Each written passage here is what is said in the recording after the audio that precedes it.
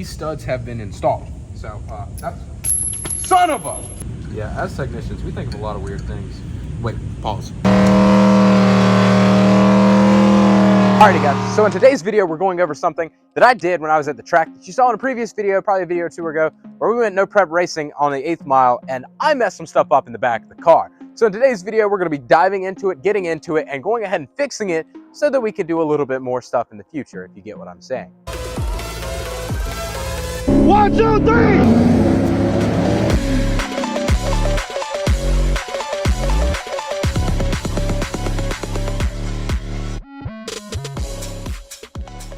Alrighty guys, so we got the car in on the lift, and I just wanted to go over what I really did to the car. So we put these 305 Come Alives on the back of this thing, this Big Meat, Larry Hoover, Mickey Thompson's on the back. And if I come into this stud, I somehow managed to twist the studs, I guess doing digs, and that caused it to now not want to have these original lug nuts come off. And so we're going to fix that with going the full send buy once, cry once, and get some ARPs in it, and some open end lug nuts. So hopefully that's going to fix it. So let's get into taking these wheels off and getting started. See, these aren't too terribly bad. The that was not great. But we got the good old Ugga here. Take these forge stars off and get into smacking these brake rotors off. Sure, I think that's a little messed up. Yeah, these things are clapped. All right, so next step, I'm going to be pulling these calipers off. Don't worry about the paint peeling off, the multicolorness, everything being painted blue. That was the previous owner. Trust me, I'm a racer, but I did not do that.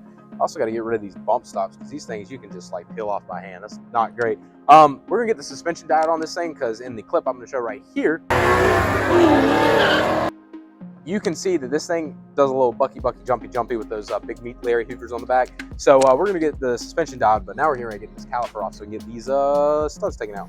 Also, for all of y'all who say Coyotes don't have torque, bro, launch that hoe at 4,000 RPMs. It will actually bend the factory studs. I can physically see on this stud where it is bent. You might not be able to see it on camera, but the stud itself is bent. That is not from the lug nuts and not from me not being able to put lug nuts on the car. That's from me just launching that thing on the sticky Mickeys back there. It's pretty wild, actually. That's the wrong size. Just got to do a little ratchet here with the Harbor Freight Special Extendy. If you do not have a Harbor Freight Extendy, bro, these things are like 20 bucks, and I use this thing all the time, even in the shop as a technician. This is an insane tool. Please get one. I am a certified automotive technician that has no clue what he's doing. This be the manual Ugga. Look, you wish I could put these brake rotors on the brake blade. These things vibrate like crazy at like 60. Ooh, I'm working my life away.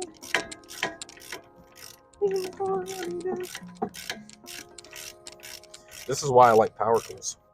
All right, so we're gonna attempt to pull this caliper off. I loosened the bolts on the bracket. Just go give it a little pulley, and make sure to not let the caliper hit you in the head. Personal experience, it hurts a lot, and it doesn't feel great. So we're gonna get a hammer. Bro, this is the Senior Master Tech's hammer. This thing is actually quite literally 20 years older than I am, and it is the greatest hammer ever invented. Look at that, 2 swings on a rotor that I don't know has been taken off in 20 years. I don't know what's going on with this thing. Dude, this stud's even crooked. Wow, it even gives you a hole back there for you to knock the stud through. Look at that. Ford's actually designing things right for once. I'm just gonna give her a little.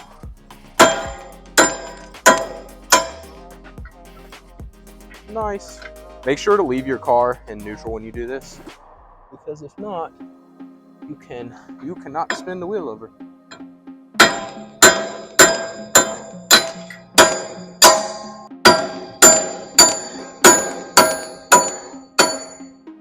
Nice. Well, that was quick. Putting them back on is not going to be that easy, though. It doesn't fit.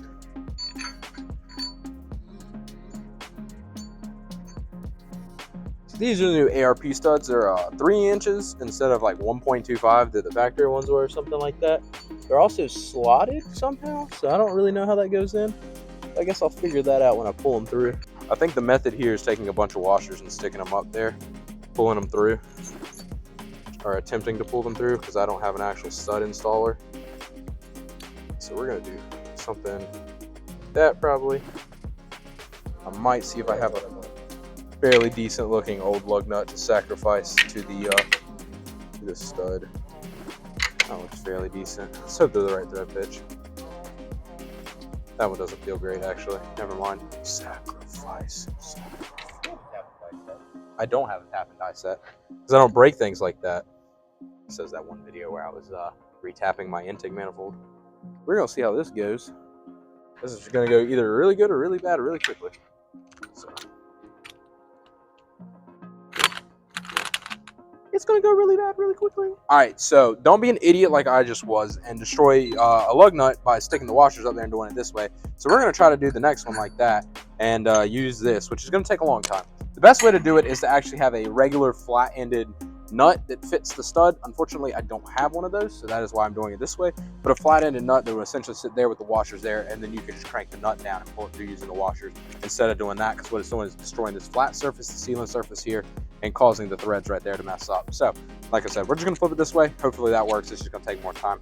But we have all the time in the world because we're technicians, and that's what people think. Why does it not want to go on this one? I just used it. Is this the new one? Nope. All right. So the fun part with doing it this way is having to hold the other stud, the wheel in place, and I would say lock your e-brake, but that's not gonna work. So we're just gonna forcibly manhandle this thing for a long time, probably. So we've got the second lug nut installed. We did it this way this time, and it seems like it's coming off a lot better.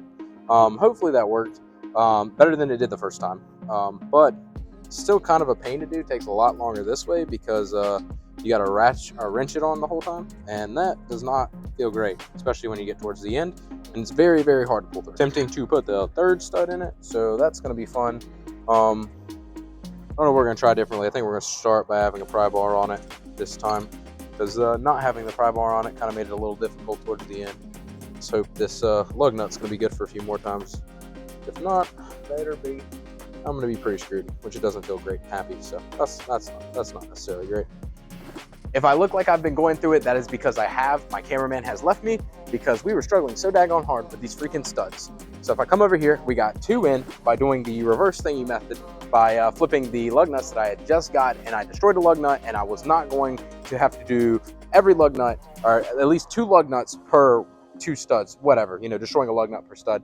I wasn't going to do that, so he is currently gone to the auto parts store, and with him going to the auto parts store, I'm going to go ahead and try to take off the other side. So Sean got back from the auto parts store, got the actual right lug nut we need, so we're just going to...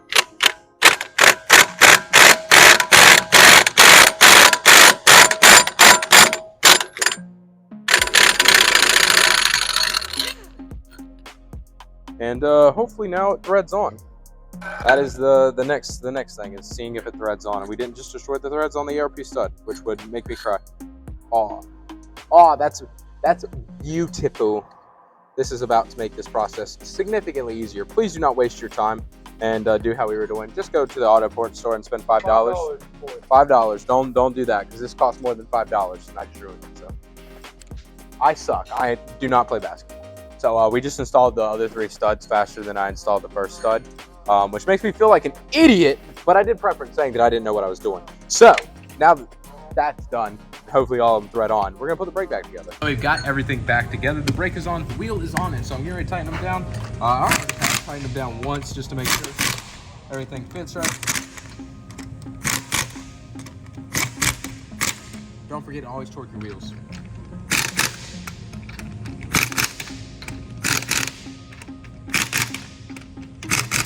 Click, click, click, click, click. So, nice. I'll go do it 3 times, it's torqued. Yep.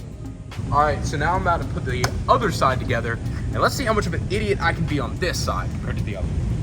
So we got the good old method going on there with the new washers and then the stud. And so we're just gonna go ahead and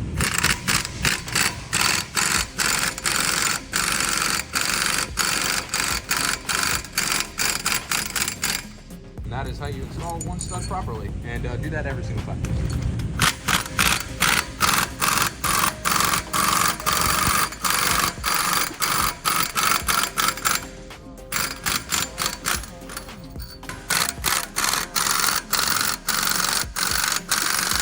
Yeah, this is what I actually sound like. This is what goes on in my head when I'm actually working on customer cars.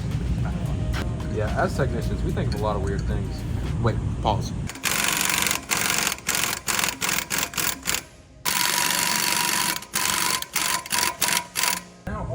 these studs have been installed. So that's son of a. All right, so we printed it back together. Got the rotor back on. About to slap this caliper back on. Hopefully that doesn't go too bad. And like I said, hopefully it doesn't go too bad. That bump stop really is pretty crunchy. That bump stop is destroyed. Yeah, when you lower a Mustang, you're supposed to actually put lower ones on from Ford Performance. And I didn't lower it. It wasn't me. But I think I'm going to do the bump stop delete. I don't know what that is, but I'm probably going to do it eventually. Back to doing manual labor. I neutraled out my ratchet. I was like, oh crap, I stripped it. Rip my fender. Grandma driven. Only driven to Sunday and back church. Ah. Alrighty. Alright, let's hope this works. That fits there. I'm definitely just gonna probably order a set in black, paint these black, and then I'll order a set in black of these because the chrome ain't doing it, and I've destroyed 2 of them, and I'll probably just find a set in black.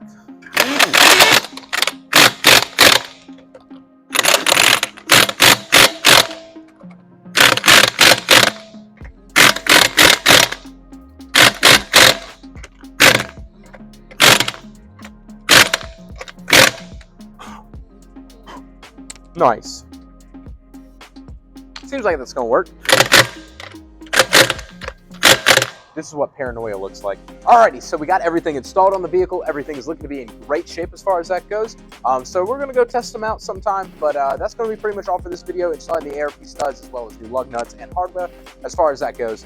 So if you don't mind clicking the subscribe button and liking the video, it goes a long ways. We're trying to make better content, more content. There is that, which just got more parts ordered, downpipe, and a bunch of other stuff coming out. And so I hope you enjoyed. I hope you enjoyed the last video, which is probably the Modify Mustang video or the drag strip video where you saw where I actually bent these.